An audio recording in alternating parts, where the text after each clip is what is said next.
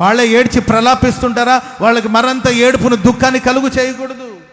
వాళ్ళే అవమానాలతో అల్లాడిపోతుంటే వారిని మరింత అవమానానికి తోసివేయడానికి కాదు ప్రభు నిన్ను ఏర్పరచుకున్నది.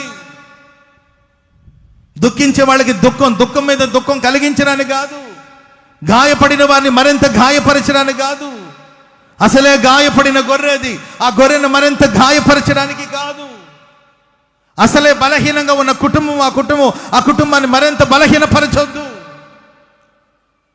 యోబు అప్పుడే బలహీన పడిపోయి పిల్లల్ని పోగొట్టుకొని భార్య మాటలకు తట్టుకోలేక అల్లాడిపోతుంటే స్నేహితులు వచ్చి కూర్చొని వాళ్ళు ఆదరణకు కర్తలు కాదు, బాధకు కర్తలు. ఆయన మరింత బాధలో ముంచివేశారు, ఆయన మరింత వేదనలో ముంచివేశారు. చీకట్లో ఉన్న వారికి నీవు ఒక వెలుగుగా మారాలి. ఆమె చెప్పడం గట్టిగా, నీ మాట చీకట్లో ఉన్న వారికి ఒక చిరు దీపంలా మారాలి. అది నీ పట్ల సంకల్పం. నీవు ఇల్లు కట్టాలని, పొలాలు కొనాలని, స్థలాలు కొనాలని, డాబాలు కట్టాలని, మిద్దెలు కట్టాలని, మేడ మీద ఒక గది కట్టాలని తప్ప నేను అనట్లా, కట్టండి.